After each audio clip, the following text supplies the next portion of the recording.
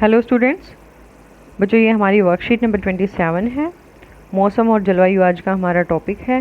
9th class के students के लिए है। सोशल साइंस हमारा सब्जेक्ट है। और यहाँ सोशल साइंस से कौन सी बुक से लिया गया है? ज्योग्राफी, भूगोल से लिया गया है और हमारा 4th चैप्टर है। और हमारी जो वर्कशीट की आज की डेट है वो क्या है? 5 सितंबर है। 5 सितंबर को आपको पता होगा क्या होता है? एक विशेष दिन होता है, टीचर्स डे होता है। तो आप सभी को मेरी तरफ से हैप्पी टीचर्स डे। यहाँ पे स्टूडेंट को अपना नाम लिखना है और यहाँ आपको अपने क्लास टीचर का नाम लिखना है। तो चलिए शुरू करते हैं अपनी आज की वर्कशीट। प्रस्तावना। आमतौर पर हम मौसम और जलवायु शब्द को एक दूसरे के स्थान पर प्रयोग करते हैं। कि क्या होता है कि हमें मौसम और जो जलवायु होते हैं वो एक जैसे शब्द दिखाई देते हैं और हम उन दोनों का एक दूसरे के स्थान पर प्रयोग कर देते हैं, लेकिन वास्तव में इन दोनों ही शब्दों के अर्थ अलग अलग होते हैं। जो शब्द हैं मौसम और जलवायु, ये क्या है? दोनों अलग अलग ही शब्द हैं। तो यहाँ पर देखो, मौसम के बारे में क्या बताया गया है और जलवायु के बारे में क्या बताया गया है। मौसम क्या है? एक समय विशेष में का क्षेत्र के वायुमंडल की अवस्था को उस स्थान का मौसम कहा जाता है। एक टाइम पीरियड होता है, उस टाइम पीरियड, विशेष टाइम पीरियड के बीच में किसी एरिया की बात करें कि वहाँ का जो वायुमंडल होता है, उसकी जो सिचुएशंस होती है, अवस्थाएं होती हैं, उस स्थान का मौसम कहलाते हैं। यह एक सीमित क्षेत्र के लिए आंकलित किया जाता है। यहाँ पर क्या होता है? जो एरिया होता है वो सीमित होता है। एक शहर या गांव या एक मोहल्ला की बात करते हैं। यह पल प्रतिपल या कभी भी बदल सकता है। जो मौसम होता है वो किसी भी टाइम चेंज हो सकता है। जैसे अभी धूप खिली हुई है, थोड़ी देर बाद पता नहीं कहाँ से बादल हो जाएं और बारिश शुरू हो जाए। तो मौसम क्या होता है? कभी भी बदल सकता है। उदाहरण, एक ही दिन में हमारे आसपास कभी कभी धूप, कभी आंधी तो कभी बारिश का मौसम बन जाता है।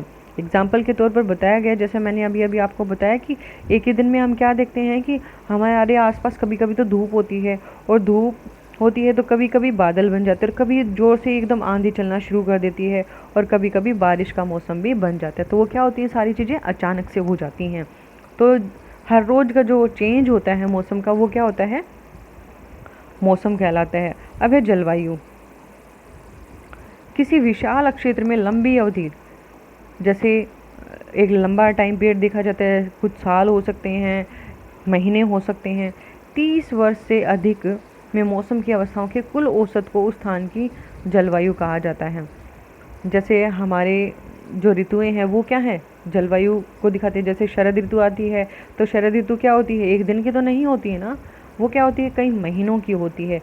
जो ठंड का टाइम होता है वो कई महीनों का होता है। नवंबर से हल्की हल्की ठंड शुरू हो जाती है, नवंबर, दिसंबर, जनवरी, फरवरी तक ठंड पड़ती है। तो वो क्या होती है? मौसम की दशाएं ना होकर जलवायु की दशाएं होती हैं।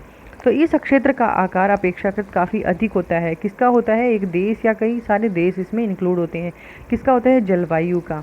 जलवायु का जो क्षेत्र का आकार होता है वो काफ़ी अधिक होता है। इसमें या तो एक देश को देख सकते हैं या हम बहुत सारे देशों को देख सकते हैं।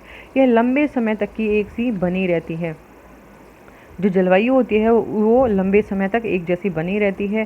जैसा मैंने अभी आपको बताया, जैसे हमारी ऋतुएं हैं वो किसका प्रभाव है? जलवायु का प्रभाव है। उदाहरण, भारत की जलवायु मानसूनी है। कि जो भारत की जलवायु है वो कैसी है? मानसूनी है। अब यहाँ पर देखो, मौसम और जलवायु दोनों के तत्व यहाँ पर पूछा गया है। मौसम और जलवायु के तत्व कौन से हैं?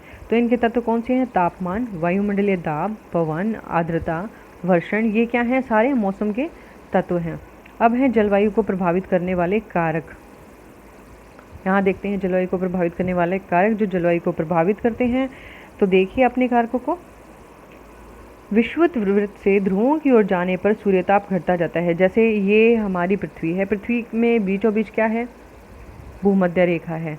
यहाँ पर क्या है? सूर्य तेज चमक रहा है, और जैसे जैसे यहाँ पर क्या होता है? तेज गर्मी होगी, और जैसे जैसे हम यहाँ से इधर ध्रुवों की तरफ जाएंगे तो जो सूर्य की किरणें हैं वो क्या होंगी? तिरछी होती चली जाती हैं, तिरछी होती चली जाती हैं।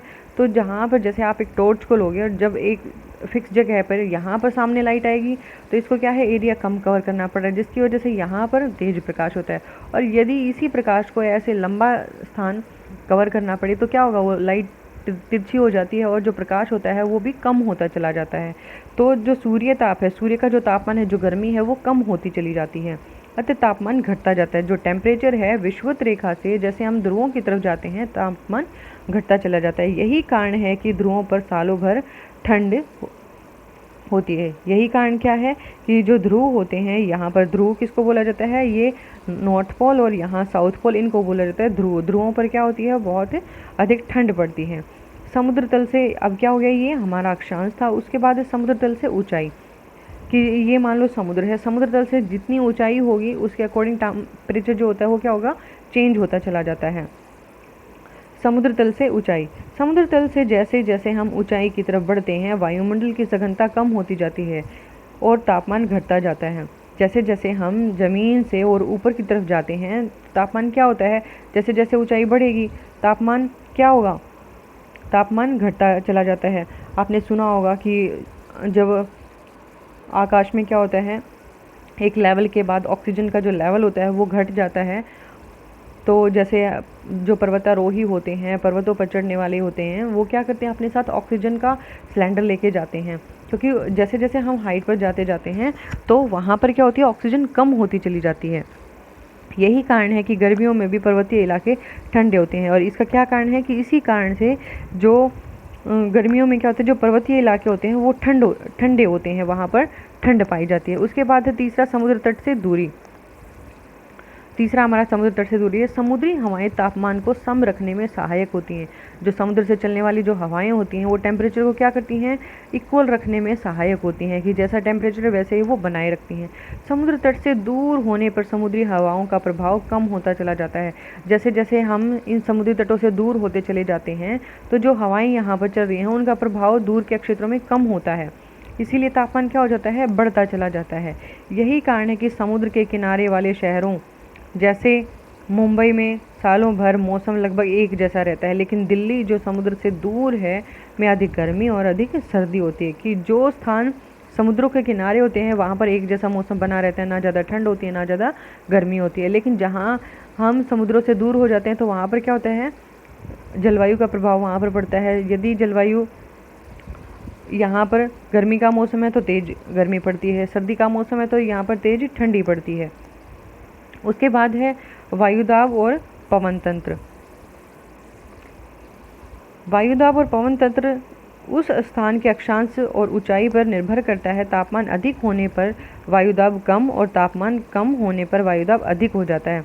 अब यहाँ पर क्या बताया है कि जो वायुदाब है और पवन तंत्र है वो स्थान की जगह पर अक्षांश और ऊंचाई पर निर्भर करता है। अक्षांश मतलब कि हम विषुवत रेखा से जैसे ध्रुवों की तरफ जाते हैं, मतलब जो हाइट की बात हो रही है तो वो क्या करता है, उसके ऊपर ऊंचाई के ऊपर निर्भर करता है, जिसके कारण क्या होता है, तापमान अधिक होने पर, यदि तापमान अधिक हो जाता है, टेम्परेचर हाई हो जाता है तो जो वायुदाब है, एयर का जो प्रेशर होता है वो कम होता चला जाता है।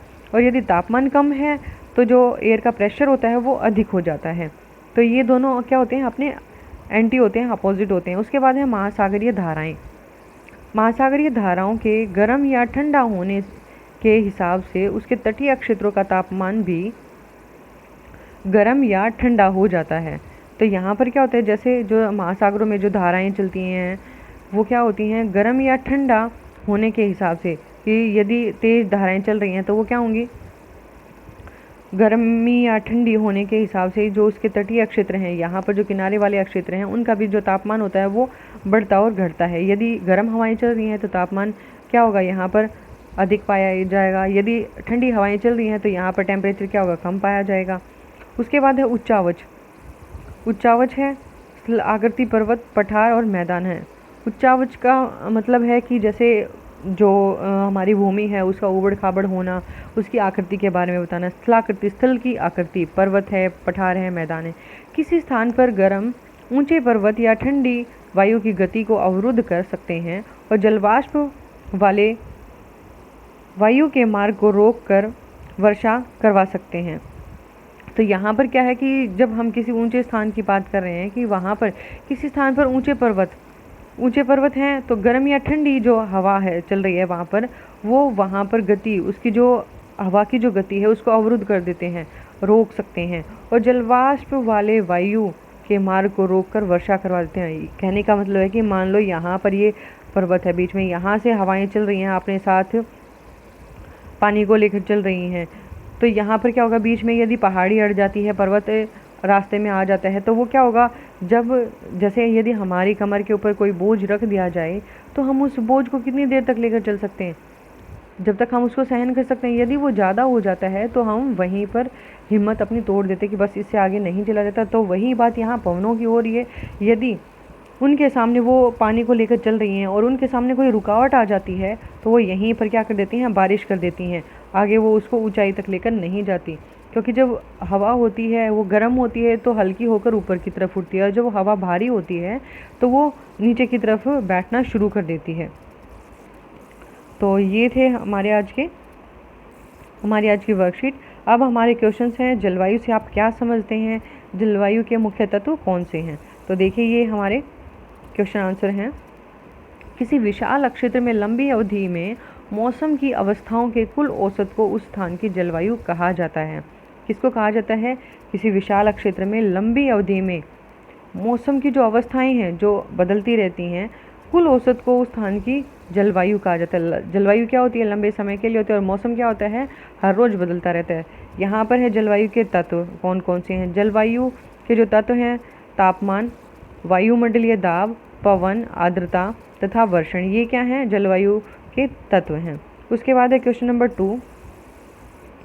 यहाँ पर देखो जलवायु से आप क्या समझते हो, जलवायु के तत्व दोनों हमारे क्लियर हो गए हैं।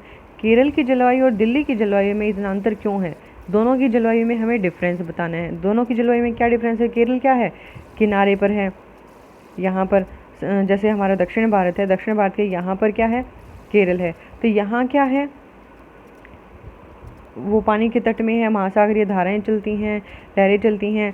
तो यहाँ पर और दिल्ली के तापमान, दिल्ली कहाँ है, मिड में है जाके, तो दोनों के टेम्परेचर में डिफरेंस हो जाता है। तो ये देखिए क्वेश्चन नंबर 2 का आंसर। केरल की जलवायु और दिल्ली की जलवायु में इतना अंतर इसलिए है क्योंकि समुद्री हवाएं तापमान को सम रखने में सहायक होती हैं। क्योंकि समुद्र के किनारे जो स्थान है, यहाँ की जो एरिया है, यहाँ पर ये क्या होगी, समुद्री हवाएं चलती हैं, तो यहाँ का तापमान क्या होगा, समान बना रहता है। समुद्र तट से जैसे ही हम दूर होते चले जाते हैं, समुद्री हवाओं का प्रभाव कम होता चला जाता है। हम जैसे समुद्र के जो किनारे हैं इनसे दूर होते चले जाते हैं तो जो समुद्री हवाओं का जो प्रभाव होता है वो क्या होता है, हमारे से दूर होता चला जाता है, इसलिए तापमान बढ़ता है। यही कारण है कि समुद्र के किनारे वाले शहर जैसे केरल में मौसम पूरे साल लगभग एक जैसा बना रहता है, जबकि दिल्ली जो समुद्र तट से दूर है में और अधिक गर्मी और सर्दी होती रहती है, क्योंकि जो किनारे पर है, तट के पास है, वहाँ पर एक जैसा मौसम बना रहेगा, और जो एरिया वहाँ से दूर है तो वहाँ पर क्या होगा, गर्मी और सर्दी चलती रहती है। उसके बाद है क्वेश्चन नंबर 3। अक्षांश किस प्रकार जलवायु को प्रभावित करते हैं, विश्व मानचित्र पर भारत और कनाडा की अवस्थिति का उदाहरण देकर समझाइए। यहाँ पर क्या करना है, हमें अक्षांश किस प्रकार जलवायु को प्रभावित करते हैं इसके बारे में बताना है, और वर्ल्ड के मैप में हमें भारत की और कनाडा की दोनों की लोकेशन को देखकर समझना है कि कहाँ पर भारत है और कहाँ कनाडा है, और आपको इन दोनों का एग्जाम्पल देकर समझाना है कि इन दोनों के जो टेम्परेचर है उसमें क्या डिफरेंस है। जब हम विषुवत वृत्त से ध्रुवों की ओर जाते हैं तो सूर्यताप घटता जाता है, अतः तापमान घटता है, इसीलिए अक्षांश जलवायु को प्रभावित करते हैं। जो अक्षांश होते हैं वो जलवायु को प्रभावित करते हैं। तो देखो इसमें हमें क्या करना है, ये हमारा वर्ल्ड मैप है, वर्ल्ड मैप में हमें इंडिया की लोकेशन देखनी है और फिर कनाडा की देखनी। तो यहाँ पर है हमारा इंडिया, कहाँ पर है, एशिया महाद्वीप में, और यहाँ है कनाडा। यहाँ ये कहाँ, देखो ये बीचों बीच से जो ये चली गई यहाँ से हमारी, और यहाँ से 0 डिग्री की अक्षांश रेखा है। तो ये क्या है, यहाँ पर जो सूर्य का तापमान है वो अधिक होगा, क्योंकि भारत क्या है, 8 डिग्री 4 मिनट से जो कन्याकुमारी वो शुरू हो जाता है, और कनाडा कहाँ है, इस यहाँ भारत का जो है 37 डिग्री 6 मिनट से ये काफ़ी क्या है, उससे भी ऊपर है। तो यहाँ पर का जो टेम्परेचर होगा वो क्या होगा, कम होगा, और यहाँ का क्या होगा, ज़्यादा होगा। तो ये कनाडा और भारत के टेम्परेचर में भी डिफरेंस पाया जाएगा, क्योंकि जैसे जैसे वो समुद्र के किनारे यहाँ पर भी लगते हैं और यहाँ पर भी लगते हैं, यहाँ पर भी लगते हैं, लेकिन यहाँ पर क्या है, सूर्य का जो तापमान है वो घटता चला जाता है, जिसकी वजह से दोनों के टेम्परेचर में डिफरेंस पाया जाता है। तो आपको दोनों के बारे में एक्सप्लेन करना है, लोकेशन मैंने आपको बता दी है दोनों की कहाँ पर है। उसके बाद क्वेश्चन नंबर 4 है, जुलाई अगस्त के महीने में दिल्ली के तापमान और वर्षा के अधिकतम, न्यूनतम और औसत की गणना एक चार्ट बनाकर कीजिए। आपको क्या करना है, जुलाई और अगस्त के जो न्यूज़पेपर आपके पुराने घरों में पड़े होंगे वहाँ पर डेली का टेम्परेचर दिया जाता है। तो आपको क्या करना है, दिल्ली का निकालना है हमें, दिल्ली के महीने के निकालने हैं, मतलब यहाँ डेली का नहीं है, एक महीने का निकालना है।